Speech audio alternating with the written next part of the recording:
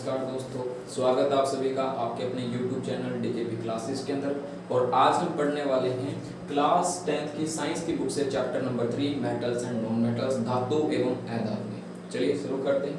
देखिए, metals and non metals के बारे में आपने क्लास में जैसे पढ़ा हुआ, पहले धातु अधातु के बारे में कुछ पढ़ा हुआ है। तो जैसे हम बात करते हैं मेटल्स क्या होते हैं, नॉन मेटल्स क्या होते हैं, तो हमने क्या किया हुआ, मैटर के बारे में पढ़ा 9th क्लास में। मैटर पदार्थ किसे कहते हैं पढ़ के आए। फिजिकल क्लासिफिकेशन हमने पढ़ा था मैटर का, सॉलिड लिक्विड गैस जो हम बात करते थे वहां पे इस तरह से हमारे केमिकल क्लासिफिकेशन बात करते जो आप 11th क्लास में आगे पढ़ने वाले हो, तो वहां पे हम बात करते हैं मैटर के केमिकल क्लासिफिकेशन में एलिमेंट हमें मिलते हैं वहां पे एक तरीके से जो प्योर सब्सटेंस, यानी कि सब्सटेंस जो हम पढ़ के आए 9th में, तो हमने प्योर सब्सटेंस की वहां पे बात की थी। तो वहां हमने देखा था एलिमेंट जो प्योर सब्सटेंस, ठीक है। अब एलिमेंट को क्या किया गया, जो हमारे एलिमेंट्स हैं, जैसे कि हम बात करते हैं हमारे पास कितने हैं 118 एलिमेंट्स के बारे में अभी हमें जानकारी है। तो उन 118 एलिमेंट्स को हमने क्या किया, यहाँ पे क्लासिफाई किया था मेटल्स एंड नॉन मेटल में कुछ प्रॉपर्टीज के बेस पे। मतलब हमारे कुछ एलिमेंट्स को मेटल्स बोल रहे हैं, कुछ एलिमेंट्स को नॉन मेटल यहाँ पे कह रहे हैं। थर्ड ग्रुप भी आता है मेटलॉइड का, जिसके बारे में बात करेंगे यहाँ पे, ठीक है। तो मेटल्स एंड नॉन मेटल्स क्या चीज होती है, तो यहाँ पे क्या होते हैं, ये एलिमेंट्स का हमने क्या किया, ग्रुप बनाए हुए हैं प्रॉपर्टीज के बेसिस के ऊपर, ठीक है। तो एक ग्रुप का नाम हमने मेटल्स रख दिया, एक ग्रुप का नाम हमने नॉन मेटल्स रख दिया, एंड एक इसके अलावा एक और ग्रुप इनके अलावा जिसको हम मेटलॉइड्स बोलते हैं, उपधातु उसको हिंदी में बोला जाता है। उसके बारे में हम आगे चर्चा करेंगे, ठीक है, चैप्टर के अंदर।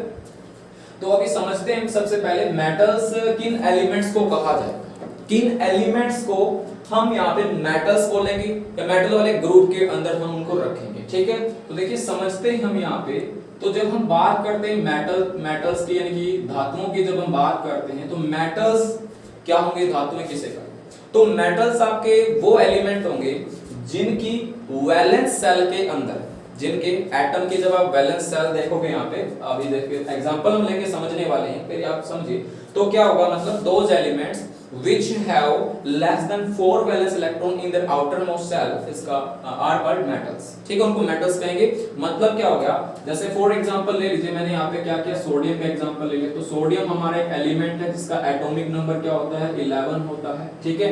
एटॉमिक नंबर 11 है, तो इसमें प्रोटॉन भी कितने होंगे, 11 होंगे, इलेक्ट्रॉन भी कितने होंगे, 11 होंगे। न्यूट्रॉन हम कैलकुलेट कर सकते हैं एटॉमिक मास के अकॉर्डिंग।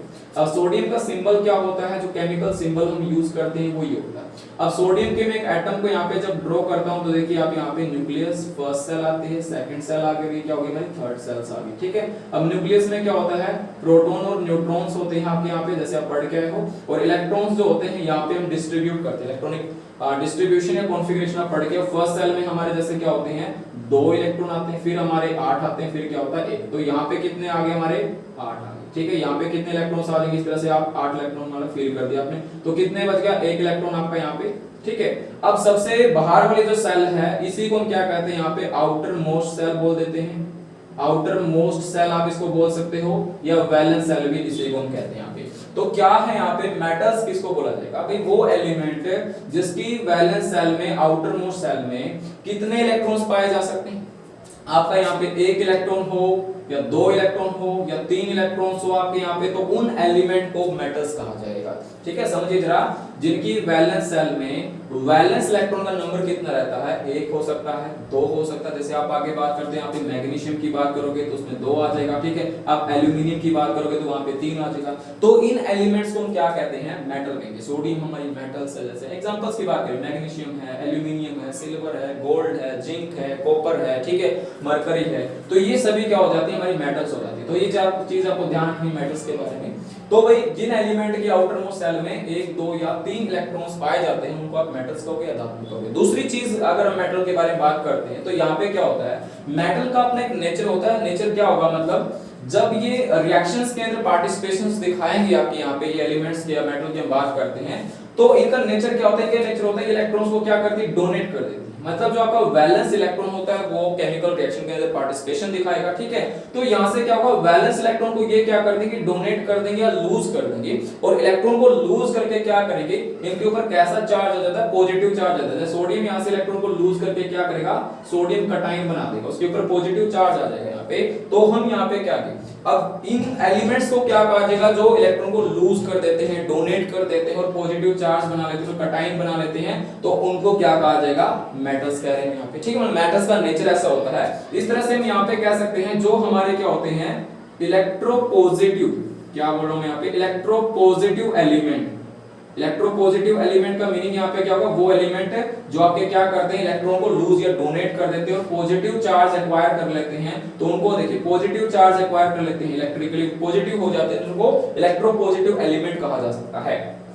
तो हमारी जो मेटल्स होती हैं वो इलेक्ट्रोपॉजिटिव एलिमेंट होती हैं आपकी यहाँ पे, ठीक है। देखिए दो तरीके से समझ में आ गया आपको मेटल्स क्या चीज होती है, किन एलिमेंट्स को आप मेटल्स कहोगे, बेसिक चीज है बिल्कुल, ठीक है। तो जो आपके इलेक्ट्रोपॉजिटिव एलिमेंट होते हैं वो जनरली क्या मिलेंगे आपको, मेटल्स मिलेंगे, ठीक है। एग्जांपल्स आपके सामने यहाँ पे, ओके। तो नेक्स्ट आगे देखिए, नेक्स्ट हम बात करते हैं फिर यहाँ पे, जैसे कंपैरिजन भी आप साथ में लेके चलोगे। नॉन मेटल्स को अगर हम यहाँ पे बात, नॉन मेटल को अगर हम यहाँ पे समझते हैं तो देखिए जरा, तो नॉन मेटल्स की जब हम बात करते हैं तो ये कौन से एलिमेंट्स हमारे, या किन एलिमेंट्स को नॉन मेटल कहेंगे, अधातु कहेंगे यहाँ पे, ठीक है। तो ये हमारे वो एलिमेंट्स होंगे जिनकी आउटर मोस्ट सेल के अंदर या वैलेंस सेल के अंदर, बाह्यतम जो कक्ष होता है, परमाणु जब इनके देखते हैं हम यहाँ पे, ठीक है, तो उसके अंदर क्या होता है, जो वैलेंस मान लीजिए जनरली, ठीक है। अब ये क्या होगा, हम कोई भी मतलब एग्जांपल जब देखेंगे तो ये मान लीजिए आउटर मोस्ट सेल हो गया, यहाँ पे आउटर मोस्ट सेल हो गया, ठीक है।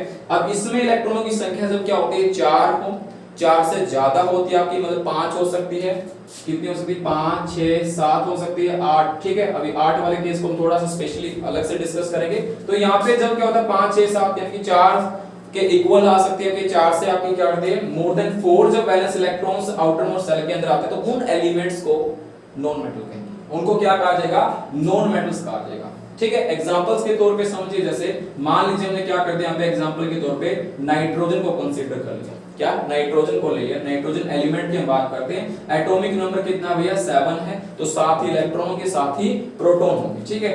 अब देखिए मान लीजिए यहाँ पे 7 के में यहाँ पे बात करें, इलेक्ट्रॉनिक कॉन्फ़िगरेशंस आप कर दीजिए, डिस्ट्रीब्यूट करोगे तो पहले 2 आएंगे, फिर आपके कितने हो जाते हैं यहाँ पे 5, ठीक है। तो पहली सेल यानी कि जो आपकी के सेल होती है, 2 इलेक्ट्रॉन आपने यहाँ पे क्या कर दिए, फिल कर दिए, कितने बच गए बाहर भैया आपके पास 5 बच गए, तो यहाँ पे ठीक है। तो यहाँ पे कितने इलेक्ट्रॉन फिल करने पड़ेंगे, फिर हम यहाँ पे 5 इलेक्ट्रॉन, 4 और 5, ठीक है। तो आउटर मोस्ट सेल में कितने इलेक्ट्रॉन्स आ गए भैया, 5 आ गए हैं। तो इस एलिमेंट को आप क्या कह सकते हो, नॉन मेटल्स कह सकते हो, क्या कह सकते हैं, नॉन मेटल कह सकते हैं। उसके बाद आप ऑक्सीजन की बात करोगे, 6 आ सकते हैं आपके यहाँ पे, ठीक है। इसी तरह से आप आगे जब मतलब फ्लोरीन की या क्लोरीन की बात करोगे तो कितने इलेक्ट्रॉन्स मिलेंगे आउटर मोस्ट सेल में, आप इलेक्ट्रॉनिक उनका कॉन्फ़िगरेशन जब देखोगे, अब ये आपको आना चाहिए जो 9th क्लास में आप सीख के आए हो, तो वहां से आप देखोगे आपको आउटर मोस्ट सेल में इनमें से इलेक्ट्रॉन्स मिलेंगे, तो उन एलिमेंट को आप क्या कहोगे, नॉन मेटल्स कहा जाएगा। या इन एलिमेंट को किस ग्रुप के अंदर हम रखेंगे, नॉन मेटल का जो ग्रुप हमने बनाया उसके अंदर रखेंगे, ठीक है, ये उसके मेंबर बन जाएंगे। ओके, दूसरी चीज जो हम यहाँ पे देखते हैं, दूसरी चीज हमें नजर आई थी कि भैया क्या होता है, इन एलिमेंट का जो नेचर होता है। अब देखिए मेटल में क्या हो रहा था, इलेक्ट्रोपॉजिटिव एलिमेंट बन रहे थे, इलेक्ट्रॉन को लूज किया जा रहा था, लेकिन ये एलिमेंट आपके क्या होते हैं, इलेक्ट्रॉन को गेन करते हैं। इनका नेचर कैसा होता है, इलेक्ट्रॉन को गेन करने का, एक्वायर करने का होता है, और इलेक्ट्रॉन को गेन कर, अब ये देखिए लूज क्यों किया जा रहा है, गेन क्यों किया जा रहा है, चैप्टर नंबर 1 में पढ़ा है, स्टेबल होना चाहते हैं, हर एक एलिमेंट या एटम क्या चाहेगा, स्टेबल होना चाहेगा। इस वजह से क्या करते हैं, एक दूसरे के साथ रिएक्ट करते हैं। यहाँ पे रिएक्शन करने के जो उनके मेथड्स या ऑप्शंस या वे होते हैं, तो उनके अंदर ये चीजें हमें नजर आती है।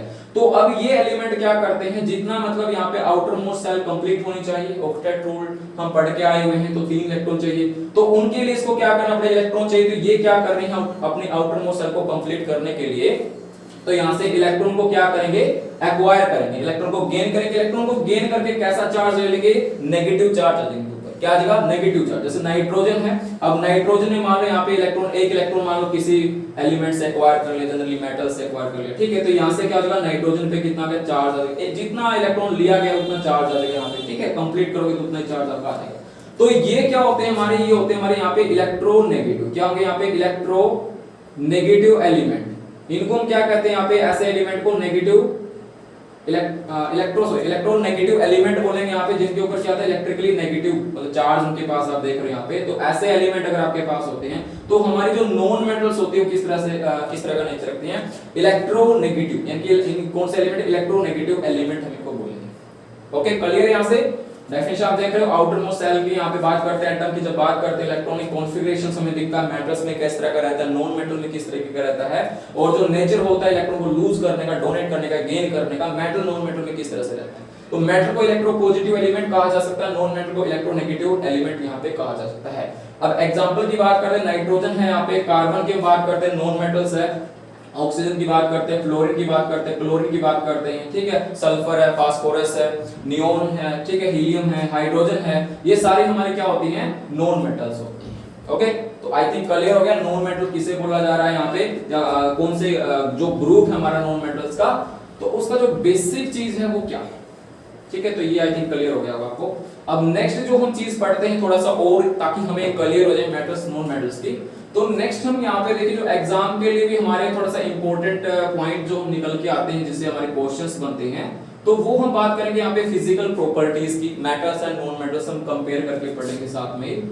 तो जो मेटल्स यानी कि जो धातु है और जो नॉन मेटल्स की हम यहाँ पे बात कर रहे हैं, तो उनका फिजिकल प्रॉपर्टी मतलब क्या है, जो उनका भौतिक गुण है वो किस तरीके से शो करते हैं, किस तरह से रहते हैं यहाँ पे। जैसे सबसे पहले हम यहाँ पे बात करें फिजिकल स्टेट की, तो यहाँ पे हम बात करें फिजिकल स्टेट की, भैया मेटल जो होती है उनका फिजिकल स्टेट कैसा रहता है। तो यहाँ पे आप देखते हो मेटल जो होती हैं वो जनरली कैसी होती है आपके यहाँ पे, सॉलिड इन नेचर होती है। तो मेटल कैसी होती है आपके यहाँ पे, जो फिजिकल स्टेट की बात करते हैं तो सॉलिड मतलब भौतिक अवस्था कैसी है, सॉलिड लिक्विड गैस में से।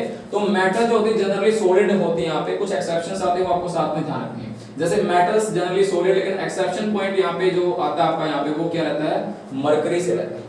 मरकरी जो आपके यहाँ पे जिसका सिंबल यहाँ पे Hg, तो मरकरी यानी कि जो पारा, ठीक है, हिंदी पारा कहते हैं, तो ये रूम टेम्परेचर पे, कमरे के तापमान पे क्या है, लिक्विड फॉर्म के अंदर होता है। कमरे के तापमान पे क्या है, लिक्विड। अब यहाँ से बिल्कुल क्वेश्चन बन जाता है आपका यहाँ पे, ठीक है। तो याद रखना है भाई मेटल कौन सी, मरकरी है, कमरे के तापमान पे रूम टेम्परेचर पे लिक्विड फॉर्म में पाए जाते हैं, एक्सेप्शन केस है, ठीक है।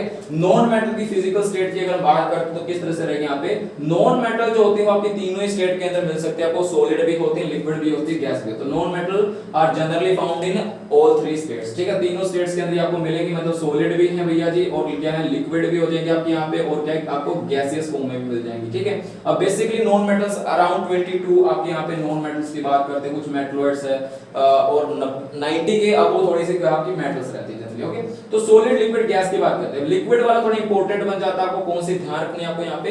लिक्विड में क्या होती है, जो हमारी ब्रोमीन की हम यहाँ पे बात करते हैं, तो ब्रोमीन जो हमारी नॉन मेटल है, तो इसका फिजिकल स्टेट कैसे होता है कि रूम टेम्परेचर पे ये अकेले ऐसी नॉन मेटल आपकी है फिलहाल, ठीक है, जो क्या करती है लिक्विड फॉर्म के अंदर रहती है। दूसरी गैस की हम यहाँ पे बात करते हैं, नाइट्रोजन है, ऑक्सीजन है, ठीक है, यहाँ पे हीलियम, तो ये गैसियस स्टेट के अंदर होती है यहाँ पे। कुछ आपकी है यहाँ पे जो सॉलिड फॉर्म, सल्फर, कार्बन, ठीक है, तो यहाँ पे सॉलिड फॉर्म के अंदर मिलती है। तो फिजिकल स्टेट की हम यहाँ पे बात करते हैं। उसके बाद एक इंपॉर्टेंट प्रॉपर्टी आती है यहाँ पे, तो मैलिएबिलिटी प्रॉपर्टी की हम यहाँ पे बात करते हैं। तो मैलिएबिलिटी प्रॉपर्टी से कम, तो मैलिएबिलिटी एक्चुअल में होता क्या, आघात वर्तनता जिसको हिंदी में हम यहाँ पे कहते हैं। तो मैलिएबिलिटी प्रॉपर्टी के अंदर क्या होगा, मैलिएबिलिटी जो प्रॉपर्टी की हम यहाँ पे बात करें, तो ये एक ऐसी प्रॉपर्टी होगी जिसके अंदर क्या कहते हैं, किसी सब्सटेंस को क्या किया जाता है, मतलब पीट कर पतली चादरों में, थीन शीट में कन्वर्ट किया जाता है। क्या होता है, थीन शीट्स के अंदर अगर आप उसको कन्वर्ट कर सकते हो, थीन शीट्स के अंदर कन्वर्ट कर सकते हो, तो उसको बोलते हैं कि वो मैलिएबिलिटी प्रॉपर्टी उसके अंदर एग्जिस्ट करती है, ठीक है। अब मेटल्स के अंदर क्या होता है, ये प्रॉपर्टी एग्जिस्ट करती है, तो मेटल्स शोज मैलिएबिलिटी प्रॉपर्टीज, ठीक है। और नॉन मेटल्स जो होती हैं उनके अंदर क्या होता है, ये प्रॉपर्टी नहीं होती, ठीक है। तो उनको थीन शीट में कन्वर्ट नहीं किया जा सकता। एग्जांपल्स आप बहुत सारे देखोगे क्या आगे यहाँ पे। उसके बाद देखो हम बात करते हैं यहाँ पे नेक्स्ट जो प्रॉपर्टी आती है वो क्या होती है आपके पास, यहाँ पे डक्टिलिटी प्रॉपर्टी की बात करते हैं। तन्यता का गुण इसको हिंदी में कहा जाएगा, ठीक है, जिसके अंदर आप क्या कर सकते हो, जो आपके पास कोई सब्सटेंस उसके अंदर प्रॉपर्टी की बात करते हैं, तो उसको क्या किया जाता है यहाँ पे, थीन और लॉन्ग वायर के अंदर कन्वर्ट किया जाता है।